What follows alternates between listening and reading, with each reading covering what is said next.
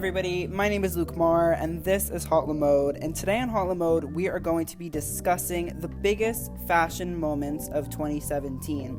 This really means the biggest things that have gone on in the fashion industry in the year 2017. There were a lot, some sad, some good, some fucking weird, but I thought it was important that we discuss them because it's good to go over the things that have gone on this year because it will push us forward for next year. Before the video gets started, I'm just gonna let you guys know that I post on my Instagram all the time. It has different fashion informational stuff that I post, whether on my Instagram story or on my actual feed. So if you're looking for like more everyday kind of fashion stuff, you can check out my Instagram and follow it there because that's where you're gonna see stuff all the time. So let's just get into the video.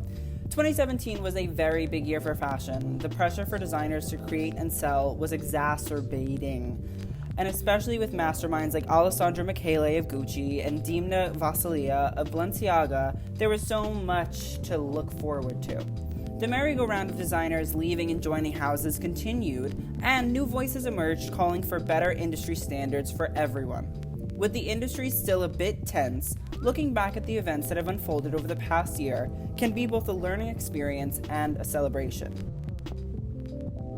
So let's start at the beginning. It was a somber start to the year for America and the rest of the world due to the impending Trump presidency. The election took place in November, leaving New York Fashion Week in February the first place for designers to interpret their thoughts on the runway. Many slogan tees made appearances: Feminist AF by Jonathan Simkai, We Are All Human Beings by Creatures of Comfort, and a plethora walked down Prabal Gurung's runway, with him taking a bow in a "This is what feminism looks like" t-shirt. Vaquera, an up-and-coming New York brand, created an American flag dress with a train. The dress dragged the flag all around the entirety of the set, breaking a rule about the honor of the flag, which is to never let it touch the ground. And with one of the biggest controversies in America in 2017 being the kneeling at the National Football League games, this dress and the depiction of the American flag really stood out. And clothing wasn't the only way that designers showed their distaste. Telfar, Monse, and Chromat used their show soundtracks to insult Donald Trump or shed light on important parts of American culture, like immigration. 2017 was the year that fashion proved that the future is female. Another big New York Fashion Week moment was Raf Simons' Calvin Klein debut. Raf is one of the most talked about names in the industry. His tenures at Jill Sander and Dior are beloved, his menswear line is historically vital, and his Adidas sneakers have made hypebeasts shoot their loads prematurely for years. Calvin is one of the most global fashion brands, and one of the strongest players in American sportswear, and Raf needed to prove that he could tame the beast. The brand was almost like a blank slate for Raf due to the past few designers having been somewhat unremarkable. So Raf's obscure references to plastic and cowboys seemed odd, but made much more sense as time went on. And while most Americans were dealing with the political turmoil, Raf let us fall in love with the lighthearted things that we take for granted in this country. It was like one big inside joke the country could share, no matter your political stance.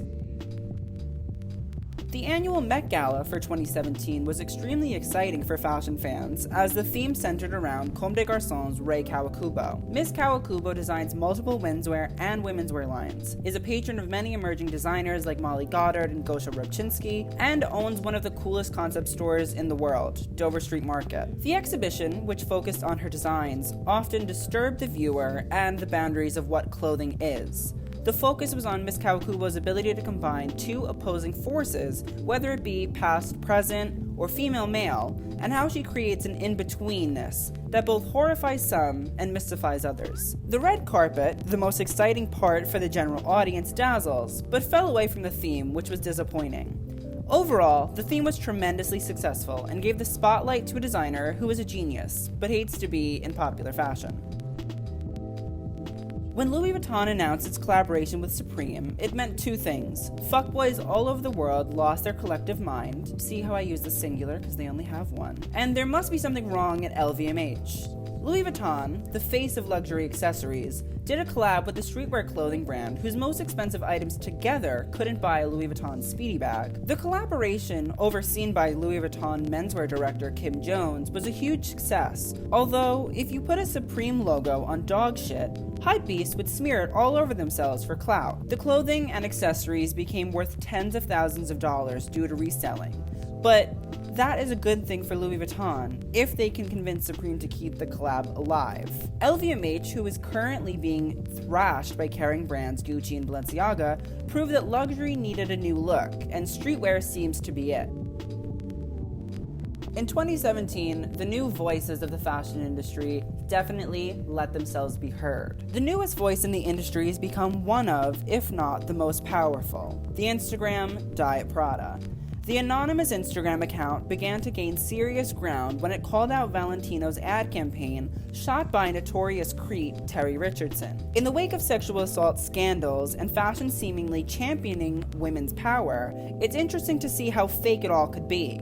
Diet Prada has become the voice of fashion reason in 2017. Calling out designer copies and cultural appropriation throughout the industry, calling out J.W. Anderson and his popular Pierce bag, ridiculing Pat McGrath makeup imposters, and most iconically calling out Dolce Gabbana, and creating a breathtaking spat with founder Stefano Gabbana that shook the fashion industry. Diet Prada was the voice of the people. The brand, loved by some and obviously despised by others, has become a new and charismatic voice the industry previously was without. And thank God we have it now. One of the saddest moments of the year was the death of legendary innovator Azzedine Alaïa. Alaïa was known for his actual ability to design and his dresses that accentuated women's bodies like no other designer could ever dream of doing. He also was known for never following the directions of Vogue editor-in-chief Anna Wintour, selling his brand to Prada Group, then buying it back 7 years later, and never following a Fashion Month schedule. He was beloved by the industry, including Naomi Campbell, who called him Papa, and admired by many designers, including Nicolas Ghesquière, who said that Alaïa changed my conception of fashion. Alaïa's stretch fabrics were what made him stand out, and his ability to create curves on flat parts of the body and suppress the client's unflattering features were what made him a true star. The House of Alaïa is meant to continue on in 2018. Let's hope for the best in memory of Azzedine. It wouldn't be a year in fashion without the designer merry-go-round.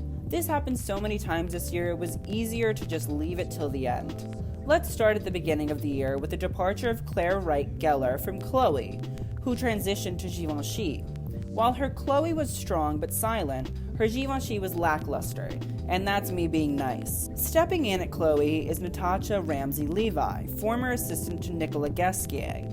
I personally believe that this appointment is great for both Chloé and Louis Vuitton. Jonathan Saunders was ousted from DVF, and it sounded super juicy, although I'll miss the new and techno DVF woman. The long-rumored departures of Christopher Bailey at Burberry and Phoebe Philo at Celine also came to fruition, and now it's highly rumored that Philo will be going to Burberry. And while Burberry needs new blood, it will be especially hard for Phoebe Philo's successor at Celine. Let's hope in 2018 designers actually get to do their jobs and stop having to play this fashion political game.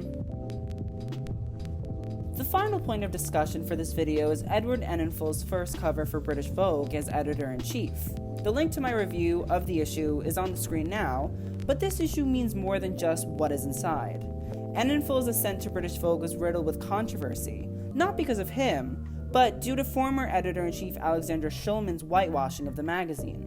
The cover starred Adwoa Aboah and made reference to the 1960s, which was a cultural revolution in both London and the UK. The written editorial pieces were strong, and the photographed editorials needed work, but overall, a fair first issue.